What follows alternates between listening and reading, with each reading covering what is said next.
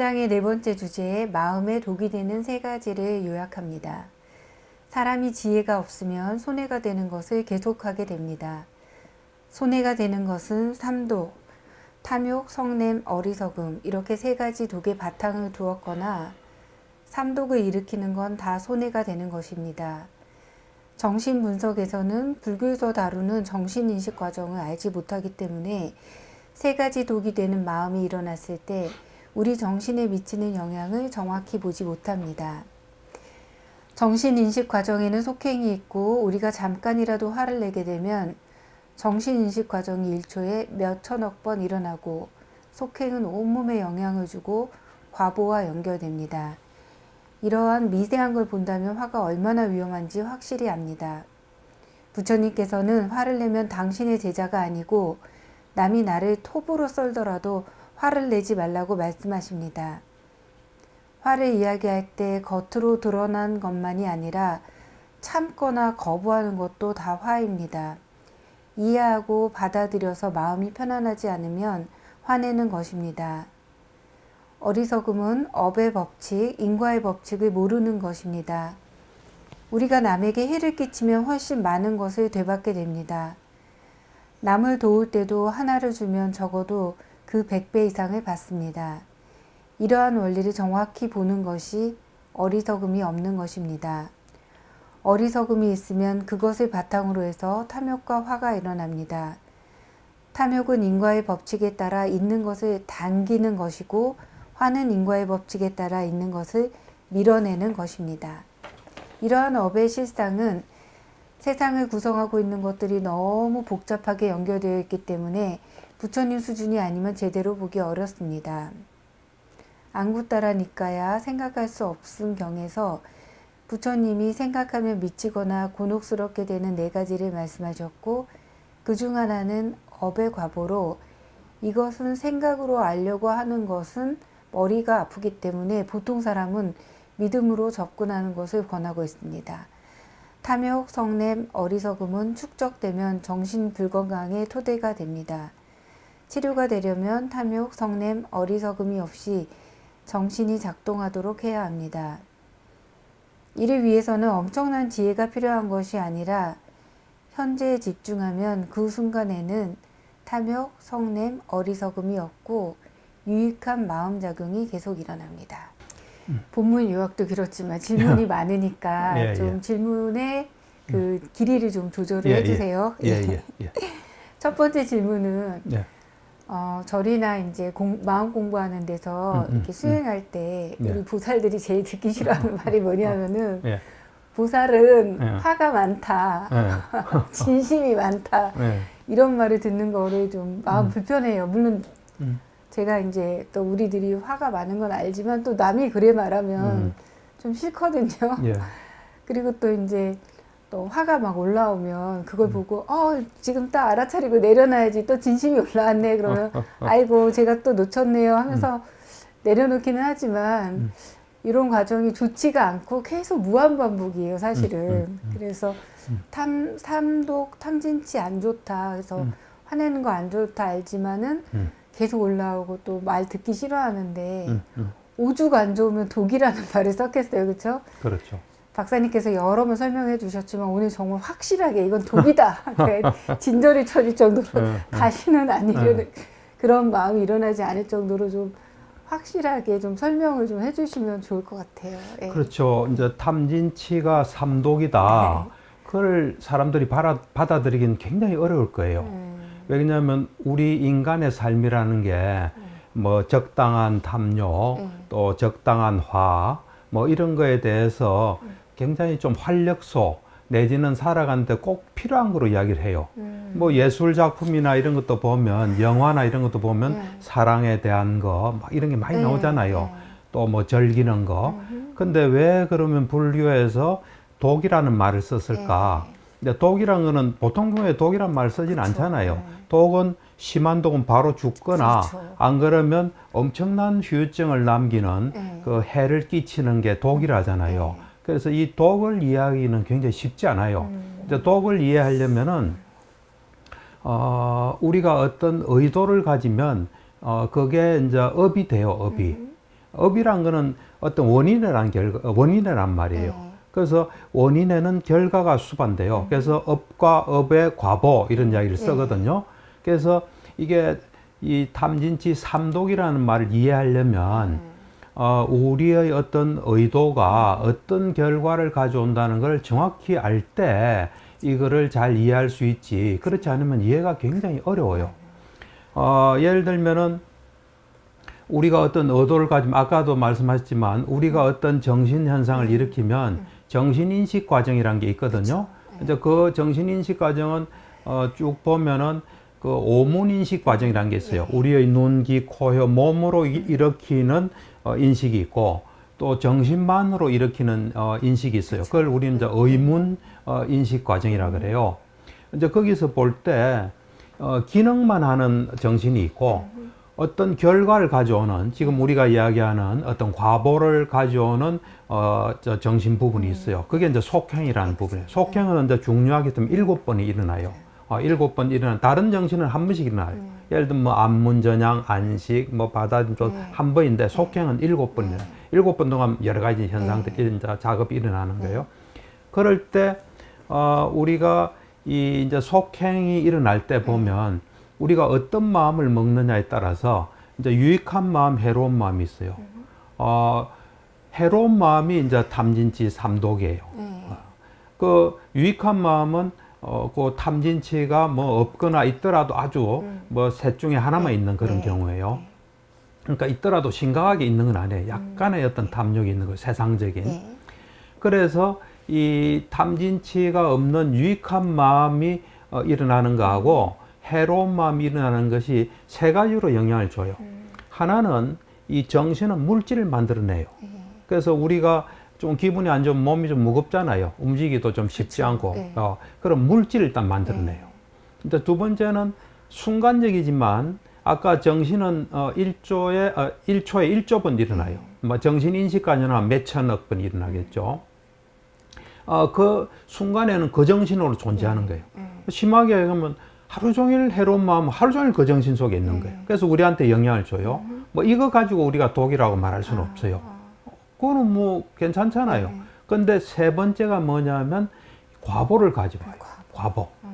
그러니까 이 속행이 7번 일어나거든요. 첫 번째 속행은 이제 이 생에 어떤 조건을 만나지 않으면 절대로 과보는 일어나지 않아요. 조건을 만나면 과보를 가져와요. 7번째 속경은 다음 생의 과보, 두 번째부터 6번째는 다다음 생부터 윤회를 끝날 때가 어떤 조건을 만나면 과보를 나타나기 때문에 독이라는 표현을 쓸 수밖에 없어요. 그래서 불교 주석서가 있어요. 뭐 경전 니까에도 좀 주석서가 있는데 주석서에 보면은 좀 끔찍해요.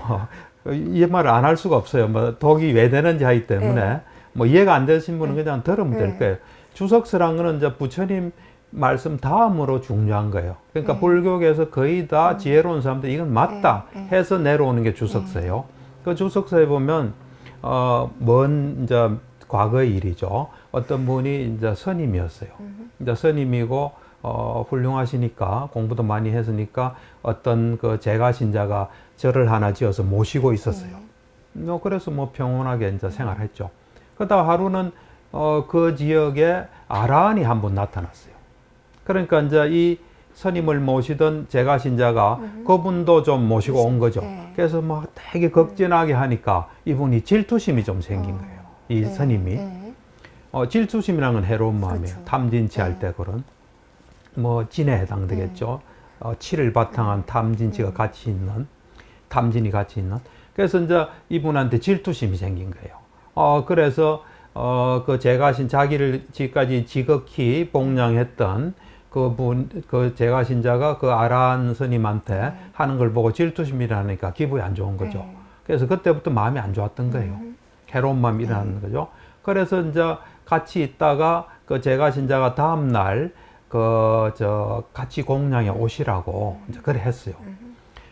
이제 그 당시는 뭐 이래 우리는 뭐 이래 공양 시간 될 때 목탁 치고 그러잖아요. 이제 갑시다 이래. 근데 거기는 뭐 이제 서로 방해 안 하려고 조그마한 뭐 줄을 연결해서 거기 약간 이래 흔들면 뭐 소리가 나는 그런 게 있었던 모양이에요.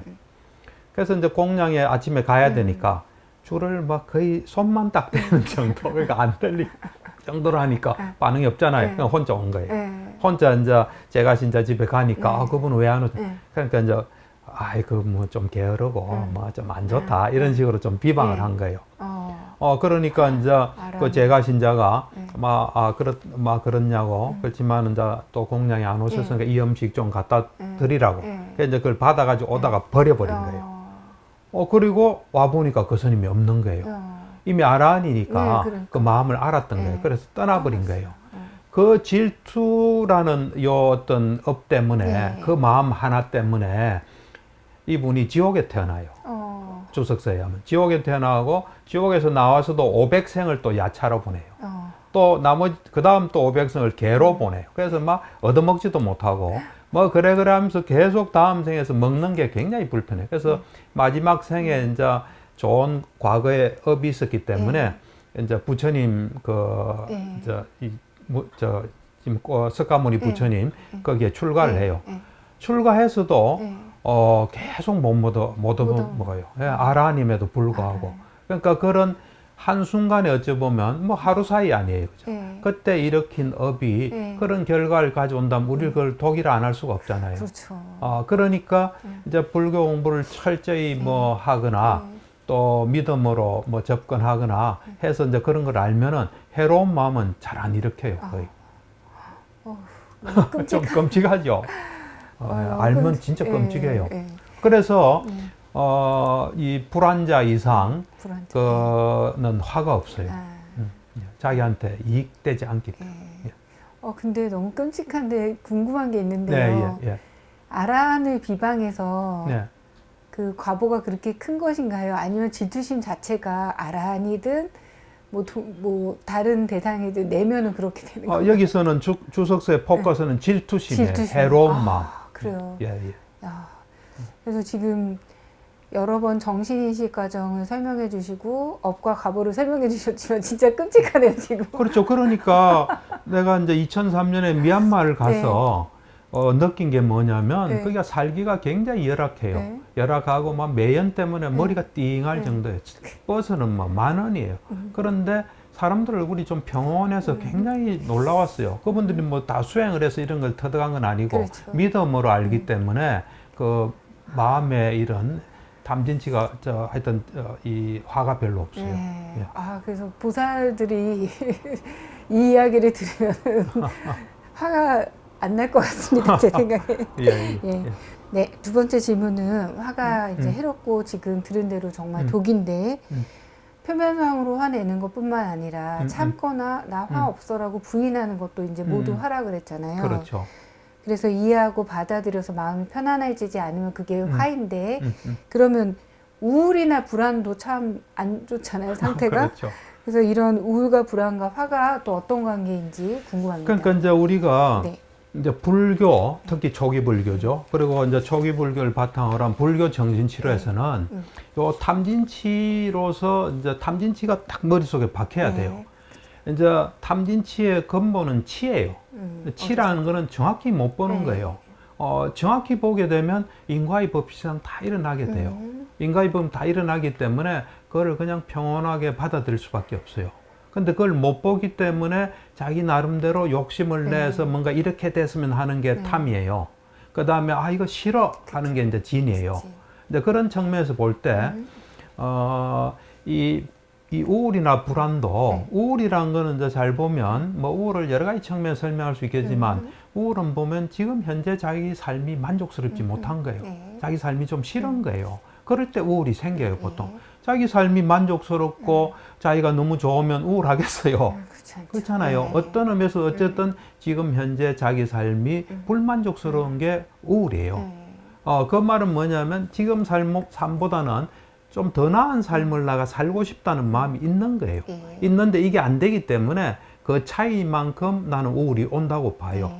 그게 심하면 많은 우울이겠죠. 조금 하면 가벼운 우울이겠죠. 그래서 우울이란 건 어찌 보면 지금 현재 삶을 못 받아들이고 이거를 인정하지 않고 그것이 있을 수밖에 없는 필연적인 결과고 또 이거는 이거보다 더 나빠질 수 있어요. 어찌 보면 이것도 다행이에요. 요런 거를 잘 모르는 어리석음에 기반해서 현재 삶을 싫어하는 거기 때문에 큰 틀에서는 탐진치 할 때 이거를 거부하는, 싫어하는, 못 받아들이는 어떤 성냄이로 봐야 돼요. 그 다음에 이제 불안이란 거는 이래 잘 보면은 불안도 지금 삶이 만족스럽고 뭐 여러 가지 의욕을 가지고 뭐 이래 호기심 가지고 보는 사람한테 불안이 있겠어요. 불안은 두 가지로 볼 수 있어요.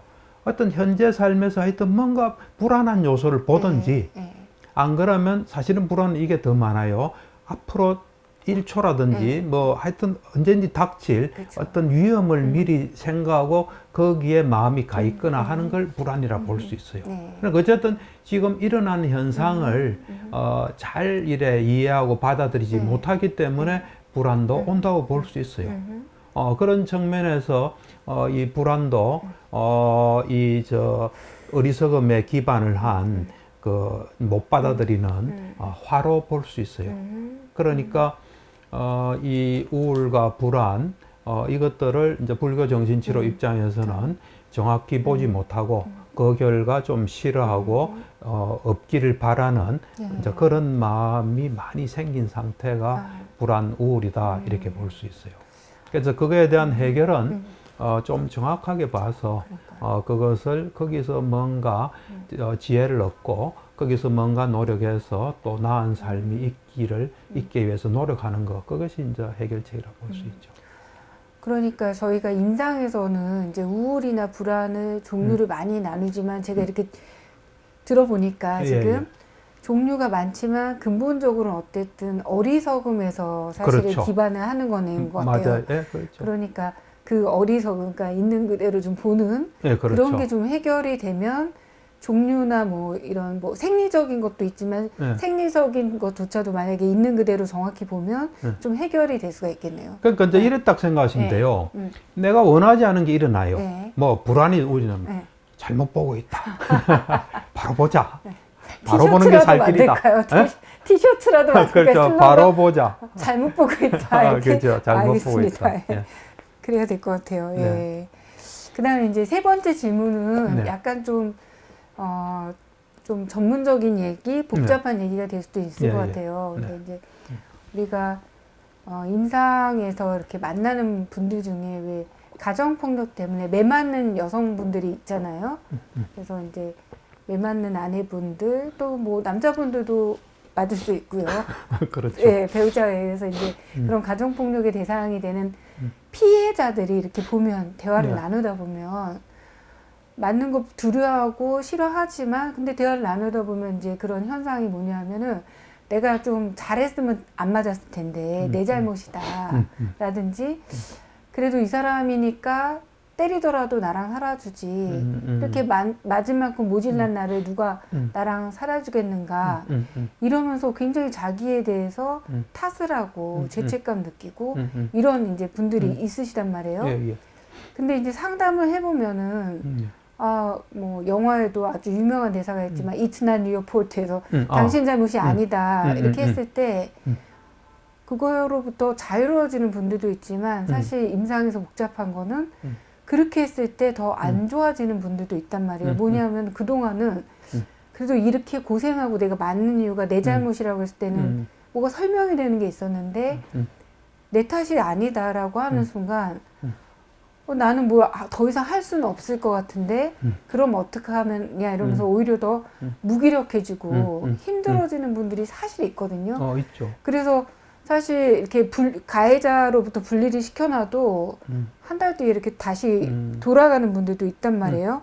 그래서 이제 저희가 어떤 치료적인 접근으로 봤을 때 그런 분들은 오히려 화나 이렇게 공격성 이런 것들을 좀 정당화하면서 그걸 좀 분출을 하면서 이것이 어떤 에너지가 돼서 치료가 될 수 있다. 뭐 이렇게 보기도 하고 이제 다루기도 한단 말이에요. 그랬을 때 불교 정신 치료에서는 이러한 현상이나 접근에 대해서 좀 어떻게 좀 다룰 수 있을지 궁금하거든요.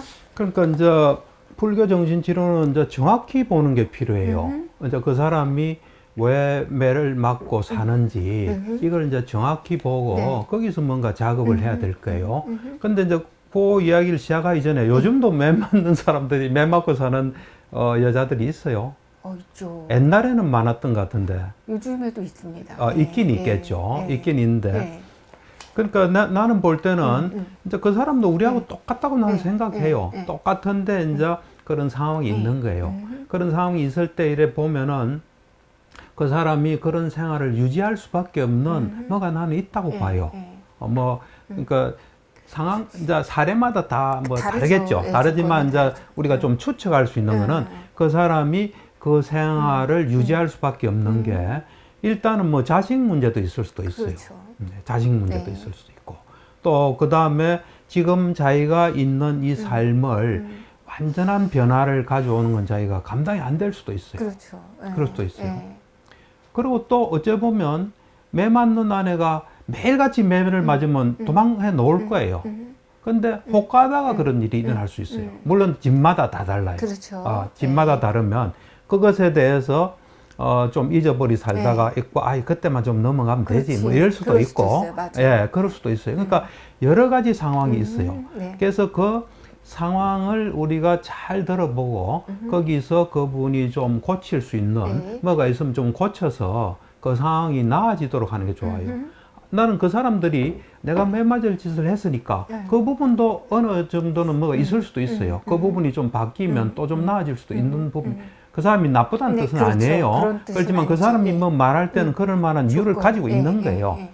그래서 요거를 우리가 좀 더 뭐 정당한 공격성의 표출은 중요하다. 그런 거는 그냥 좀 내가 볼 때는 허무맹랑한 이야기고 그보다는 그 사람이 그 상황을 어떻게 보고 있고 또 왜 그래 됐는지 이 사람의 요인 또 가족의 요인 뭐 여러 가지 속에서 충분히 의논하면서 그 사람의 삶이 조금이라도 나아지게끔 우리는 도와주는 게 필요하지 그렇지 않고 뭐 어떤 치료자가 이 정당한 공격성 건강한 거 이런 데 사로잡히면 나는 안 된다 봐요. 그래서 일단은 그 상황을 잘 보고 그 사람이 그런 생활을 유지하는 그 속에는 필연적인 이유가 있는 거예요, 사실. 누구든지 잘 살고 싶죠.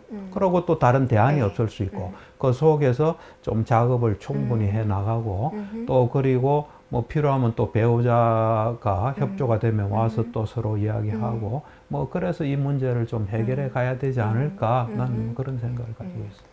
그러니까 조건을 좀 더 정확히 보고 그렇죠. 그에 맞는 이제 접근이 그렇죠. 필요하다 그렇죠. 이렇게 말씀하시는 왜냐하면 이제 화란 건 언제나 어떻게 보고 있느냐의 그 어떤 결과거든요. 그 사람이 내가 맞을 짓을 해서 맞는다. 네. 또 내지는 뭐 사는 게 그런 거다. 네. 뭐 여러 가지 생각이 있을 수 있어요. 네. 그 사람은 그렇게 보고 있는 거예요. 네. 그거를 아무런 대안 없이 또 그리고 그 사람이 납득할 수 있는 이유 없이 바꿔라 이러면 그 사람이 바꾸기 힘들 수 있어요. 힘들 수가 있어요. 네. 그러면 좀 추가 질문인데요. 그러면은 이제 그 화나 어떤 그런 것들에 대해서 그 공격성이나 이런 거 이제 다루는 것이 아니라 그러니까 뭐 격려하는 게 아니라 이제 그 사람의 생각을 이제 정확히 보는 걸로 이제 설명이 되었는데 그런데 이게 우리가 진화적으로 화나 불안 자체가 사실 그 어떤 신호적인 기능이 있어서 완전히 없어지지는 않지 않을까요? 그렇죠. 예를 들어서 뭐 지혜롭게 보면 화가 필요가 없죠. 근데 이제 지혜롭게 못 보기 때문에 세상하고 충돌하는 거예요. 충돌하면서 어쨌든 내 존재가 볼 때는 싫다 할 때는 또 그럴 만한 이유가 있어요. 있으니까 그 화를 이제 잘 살려서 뭔가 또 작업을 하고 세상을 이해하고 나를 바꾸고 이러면 점점 나은 뭐가 되겠죠.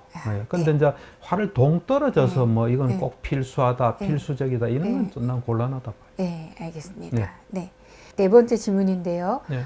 이제 업의 실상을 보통 사람들이 알기 어려워서 이제 이거 생각하다가 믿을 수 있다. 이래서 믿음으로 이제 접근할 수밖에 없다고 하는데요. 이제 좀 납득이 돼요. 그런 게 사실은. 그 괜히 생각하다가 진짜 이상해질 수도 있을 것 같은데. 근데 그랬을 때 이거 우리가 업의 가보를 우리가 믿는다. 업의 실상에 대해서 믿는다. 이렇게 할 때 왜 그런 어떤 불교에서도 뭐 보살님 이제 잘 행동하고 뭐 잘하면 극락 갑니다. 죽어서 뭐 이렇게 다음 생에 좋은 내 태어난다 이렇게 이제 얘기를 하잖아요. 예, 그리고 예. 이제 이것도 이제 믿음의 영역인데 심지어 다른 종교에서도 죽으면 뭐 천당에 태어난다? 천당인가요? 하여간 하늘에서 보상을 받는다. 뭐 예, 이런 예. 얘기들을 하는 것 같아요. 네.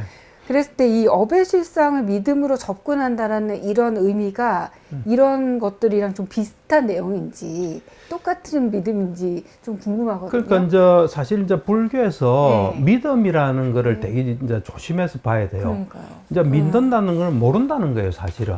아. 아는 사람이 네. 뭐 믿을 필요가 뭐가 네. 있어요. 예. 네. 그러니까 이제 모를 때 어. 우리에게는 두 가지 길이 있는 네. 거예요. 하나는 부인하거나 음흠. 하나는 내가 모르지만은 네. 그 들어보니까 좀 타당하다. 그쪽으로 노력하고 나도 알아봐야 되겠다 하는 게 믿음이에요. 그래서 불교에서는 우리가 이제 수행자가 갖춰야 될 5가지 어떤 기능을 이야기를 해요. 시스템을 이야기해요. 그 중에 그게 5가지가 뭐냐면 믿음, 그 정진, 마음 챙김, 네. 그 다음에 삼매, 지혜 이래 있어요. 네. 그래서 불교에서는 이 믿음과 지혜가 균형을 이루어야 된다고 해요. 네. 믿음으로 시작해서 믿음으로 끝나면 무지한 상태에서 끝나는 거예요. 그보다는 이제 믿음을 가지고 출발해서 그걸 자기가 체험하고 체험까지는 아니지만 공부해서 이해할 수 있는 이게 돼야지. 믿음만 그러니까 이 내가 보면 다른 어떤 신을 믿는 종교의 믿음은 신을 아무리 노력해도 확인할 수가 없거든요. 그렇죠. 그러니까 그건 그냥 믿어야 되는 거예요. 그렇지만 불교는 그게 아니에요. 믿음을 바탕으로 자꾸 노력하게 되면 그에 근접하는 지혜를 얻을 수가 있어요. 그래서 그런 면에서 볼 때도 이제 업은 그냥 그 믿으면 좀 곤란해요. 그렇죠. 네. 그러니까 그 생각할 수 없는 경에 그는 업의 과보는 그래서 업이 어떤 식으로 일어난다는 거는 그거는 진짜 여러 가지 그쵸. 관계 속에서 언제 일어날지 모르기 때문에 그건 부처가 아니고는 힘들다는 거예요. 그렇죠. 예, 그런 면에서 생각하면 안 된다는 거고. 네. 그래서 그 부처님의 그 사자호의 긴경이라고 있어요. 맞지마니까요. 거기 보면 그 열의 심력이라서 열에겐 10가지 힘이 있다. 그래서 거기 보면 그 10가지 중에 하나가 과거, 미래, 현재. 그 불교에서는 꼭 과거, 현재, 미래 안 해요. 그러게요. 과거, 미래, 현재예요. 그러니까. 요 순수가 네. 부처님 말씀에 계속 그러니까요. 나와요. 과거, 미래, 현재. 네. 의 업의 과보는 업의 과보를 조건과 원인에 대해서 다 안다는 거예요. 그것이 과보가 어떤 조건이 있을 때 일어나고 뭘 원인으로 일어난다 이런 걸 다 안다는 거예요.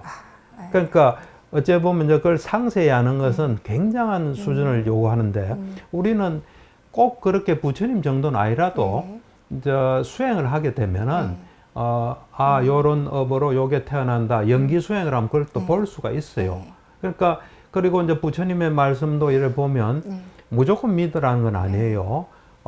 예를 들어서 이 업분석의 짧은 경이라고 있어요. 업분석의 짧은 경. 거기 보면 저 부처님께서 이 세상에 있는 14가지 경을 이야기해요. 뭐 오래 살고 뭐 빨리 죽고 뭐 쫙 해요. 잘생기고 못생기고 뭐 쭉 하는 그것이 어떻게 했을 때 그런 게 온다. 어떻게 해서 그런 게 온다. 질투심이 많으면 사람이 세력이 약해져요. 질투심이 많으면. 그러니까 누구를 자꾸 질투하잖아요. 그러면 다음 언젠가 그 업으로 태어나면 이제 자기 주위에 사람이 별로 없는 거예요. 같이 칭찬해주고 이러면 세력이 생겨요. 하여튼 우리가 좀 이해할 수 있는 그런 걸 쭉 말씀하시고 또 우리가 수행하면 그런 것들도 이해하고 볼 수 있어요. 그러니까 무조건 믿는다. 그러니까 어째 보면 다른 종교에서는 확인이 곤란해요, 사실은. 확인이 곤란하기 때문에 무조건 믿어야 되는 거예요. 그렇지만 불교는 그것이 이해가 좀 되고 또 어느 정도 수행을 하면 또 확인도 돼요. 그렇지만 정말로 어려운 거는 또 어려워요. 그러니까 이제 그건 좀 차이가 있다고 볼 수 있어요. 그러니까요. 그래서 네.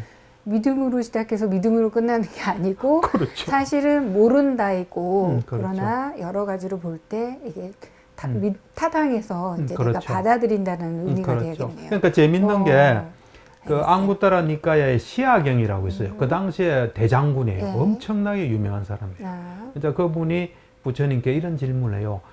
보시를 했을 네. 때 우리가 알 수 있는 결과가 있나 하니까 부처님께서 쭉 7가지 이야기를 해요. 뭐 아란들이 뭐 먼저 생각해주고 또 법을 설하고 뭐 쭉 하면서 명성이 따르고 뭐 쭉 하면서 맨 마지막으로 보시를 하면은 선처, 천상에 태어난다, 선체에 태어난다 하니까 시아 장군이 이런 이야기예요. 앞에 6가지 내가 다 알겠다. 그렇지만 이건 내가 모르니까 믿음으로 믿겠다.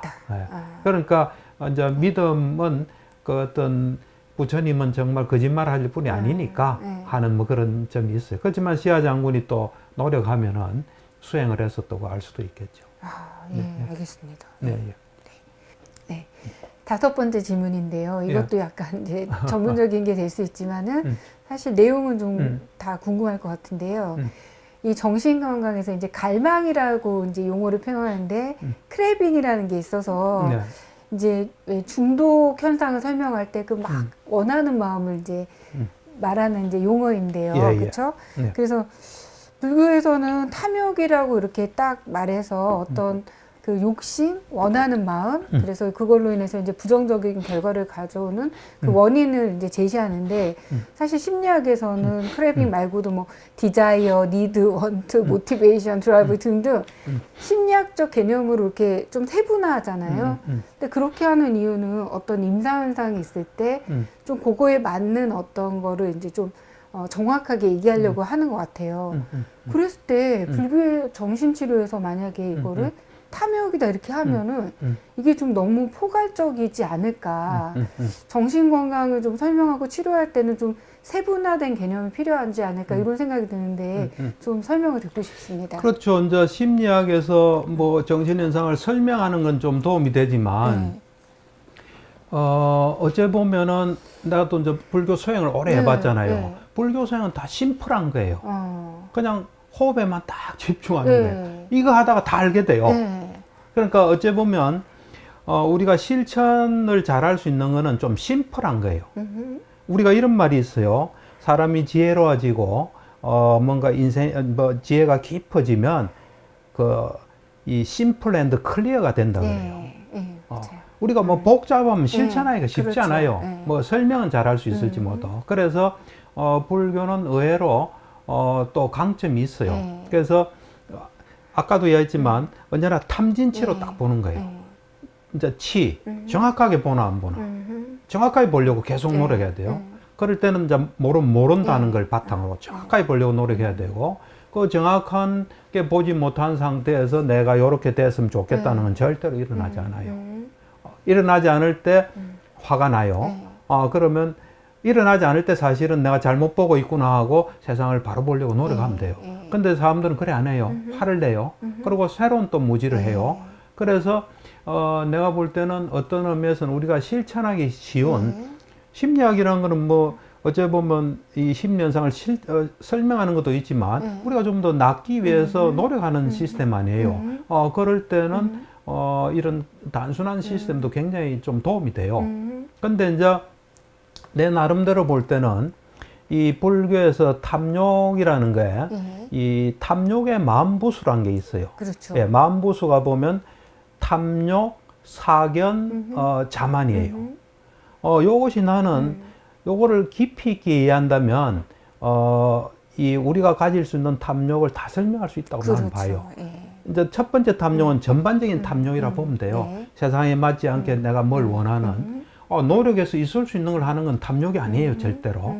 내가 서울대학 가고 싶다. 열심히 노력해서 그렇죠. 서울대학 가는 건 탐욕이 아니고 그렇죠. 좋은 의지예요. 그렇지 않고 현실에 맞지 않은 걸 바라는 걸 탐욕이라는데 이제 첫 번째 말한 탐욕은 전반적인 탐욕을 생각하시면 돼요. 사견은 뭐냐면 저 세상을 이제 어떤 설명할 수 있는 견해를 우리는 이제 견해라 그래요. 나에 대해서 뭐 내가 있다, 뭐 내 것이다, 무하다, 뭐 이런 것도 다 하여튼 견해 일종이에요. 바른 견해냐, 잘못된 견해인데 이제 사견이라는 건 뭐냐면 이제 세상을 보는 눈인 설명하는 어떤 방식, 눈인데 정확히 모르면 그냥 모른다 하고 멈추면 돼요. 그쵸. 그리고 자꾸 보려면 되는데 이렇다 하는 게 사견이에요. 그것도 탐욕의 범죄에 들 수 있는 게 큰 카테고리. 그 다음에 자만이라는 거는 뭐냐면, 내가 남보다 낫다는 거예요. 근데 불교에서는 재밌는 게 자만할 때 내가 저 사람보다 낫다도 자만이에요. 네. 내가 저 사람보다 못하도 못하다도 자만이에요. 자만이에요. 맞아요. 내하고 저 사람하고 같아 또 자만이에요. 네, 비교 같은 건 없어요.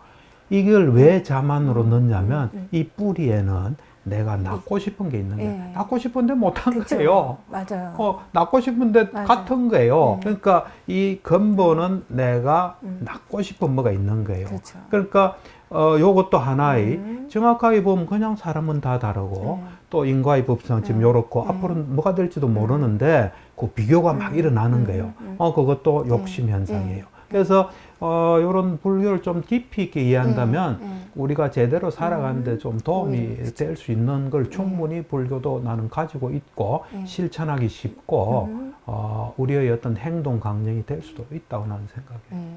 저도 완전 동의하는데요. 네. 만약에 우리가 그 정신인식 과정이랑 마음보스를 잘 이해한다면 사실은 이런 심리학이나 그런 이제 의학에서는 개념만 말했지 사실 그 본질은 말을 안 한 거잖아요. 사실 그렇죠. 개념만. 그래서 사실 그런 게 있으면 훨씬 더 단순하면서도 단순한 건 이제 단순한데 클리어하게 그렇죠. 설명할 수 있을 것 그렇죠. 같아요. 실천이 가능해요. 예를 들면 마음보수가 52이거든요. 그러니까요. 유익한 마음보수, 해로운 마음보수. 그 매일 외우면서 그렇죠. 내한테 지금 맞아요. 작동하나 안 하나 하면 그렇죠. 정신건강으로 갈 수 더, 있죠. 훨씬. 그렇죠. 예. 좋습니다. 이제 마지막 질문인데요. 앞에 질문이랑도 연결되는데 그래서 우리가 이제 근본적인 치료는 어리석음이 없어지는 건데 제가 생각할 때 그러면 아라한이 치료자가 돼야 될 것 같거든요. 그러면 너무 어려운 거 아닌가? 그러니까 치료자는 아라한이 돼야 되고 환자도 이제 그 과정에서 아라한이 돼야 되니까 이 치료가 너무 유원한 것 같은데 그럼 너무 어려운데 뭐라고 본문에서 말씀하셨냐면 엄청난 지혜가 필요한 게 아니다. 현재 집중하면 된다. 그러니까 늘 굉장히 단순하거든요. 그런데 이게 또 폐해가 있어요. 제가 제 그렇죠. 주변에도 보니까 제 내담자분들도 그런데 박사님 말씀하신 거 듣고 나서 선생님 요리하면 되는데 식구들이 요리 안 해갖고 자기가 막 야단쳤다는 거예요. 그래서 그러시면 안 된다고. 그래서 현재 집중이라고 하니까 또 너무 이게 단순해져갖고 또 이게 막 말만 동동동동동 뜨는 거예요. 그래서 그렇죠. 이 좀 주의할 점이 있는 것 같습니다. 박사님께서 좀 설명해 주시면 좋겠어요. 그러니까 그걸 남을 공격하는 무기로 수단으로 공격이라고 삼으면 안 생각은 되죠. 안 하시죠? 그렇죠. 제가 뭐 좋은 거니까 들었으니까, 안타깝죠. 예. 하는데. 그러니까 이제 내가 거기서 그 실제로 사실은 내가 볼 때는 부처님 당시에는 무수한 아라한들이 있었어요. 근데 내가 볼 때는 부처님이 불교 정신치료의 창시자예요. 그리고 아라한들은 그 학파를 수료한 치료자들이에요. 그 사람들이 그 당시에 다 중생들을 치료한 거예요. 아라한들이. 그래서 아라한까지 가는 길을 제시하고 그 받은 사람이 또 치료받은 사람이 아라한까지 갔고 이랬을 거예요. 그렇지만 오늘날은 그렇진 않잖아요. 아는데 이제 내가 그 책에서 그 현재 집중을 이야기한 거는 뭐냐면 이제 탐진치가 삼독이고 우리한테 좋지 않은데 그럼 이게 좀 어떻게 멈출 수 있나? 그렇죠. 이제 멈출 수 있는 길이 현재 집중하면 그 순간에는 그건 없잖아요. 그러니까 멈출 수 있는 길이다 이거죠. 그리고 또 우리에게는 이제 마음은 언제나 일어나기 때문에 유익한 마음, 해로운 마음이 일어나는데 우리가 본질을 알고자 하는 마음으로 딱 현재 유익한 마음으로 현재 집중하면은 유익한 마음이 일어나니까 이거를 이제 제시를 한 거죠. 그렇지만 근데 사실은 하루 종일 이걸 실천하고 있으면요. 지혜가 생겨요. 예를 들어서 내가 이 컵을 들면서 여기에 딱 집중하잖아요. 그럼 여기서 일어나는 현상을 알 수 있어요. 준비된 정도에 따라서 컵이 어떤 건지, 손이 어떤 건지, 또 이 컵은 손이 시킨 대로 하는 거예요. 그래. 요것도 컵하고 똑같은 놈이에요. 그렇죠. 근데 안에 생명만 있다는 거예요. 요것도 시킨 대로 하는 거예요. 정신이 시킨 대로. 그럼 정신은 자기 마음대로 하냐? 그건 아니에요. 인과의 법칙을 따르는 거예요. 그래서 정말로 하루 종일 24시간, 뭐 잠자는 시간은 좀 빼고 24시간을 집중한다면 그 사람의 준비된 정도에 따라서 지혜가 생길 수 있어요. 생길 수 있고 하루 종일 유익한 마음이 생겨서 그것도 다일 수 있어요. 근데 이제 그걸 그래 하기는 어렵잖아요. 그래서 이제 내가 세운 불교 정신치료에서는 이제 이 몸과 마음의 속성, 이제 세상을 아는 지혜, 그 다음에 순간순간 지혜로서 사는 것. 네. 이제 이런 것에 유익한 방법으로 현재 집중이 있는 거지. 그렇죠. 현재 집중만 따로 있는 건 아니에요. 그렇죠. 근데 현재 집중도 다 있긴 그렇죠. 있어요. 그러네요. 예. 네. 예. 예. 네. 네. 늘 들으시니까 이것도 꼭 들으시고 그 가족한테 치료자가 아니라 이제 나의 그렇죠. 현재 집중으로 내 마음이 좀 편안해지는데 도움이 됐을 것 같아요. 그러고 이제 네. 한번 정말 현재 네. 집중을 중요시한다면 네. 하루에 현재 집중 시간 하는 거를 타임 그 그쵸. 워치 같은 예. 거로 딱 그쵸. 한번 체크해 보면 좋을 것 같아요. 그렇죠. 그래서 그 시간을 늘릴 수 있다면 그래서 좋겠네요. 우리에게는 우리 마음이란 건 아는 기능이 있어요. 예. 현재 집중하다 보면 알 수 있어요. 예. 네, 알겠습니다. 네, 오늘 아주 이제까지 정신인식 과정이나 그다음에 업의 과보 이런 거 네. 많이 들었지만 오늘 네. 좀 약간 대학원 수준으로 올라간 것 같아요. 네, 예, 잘 예. 들었습니다. 예, 감사합니다. 감사합니다. 네.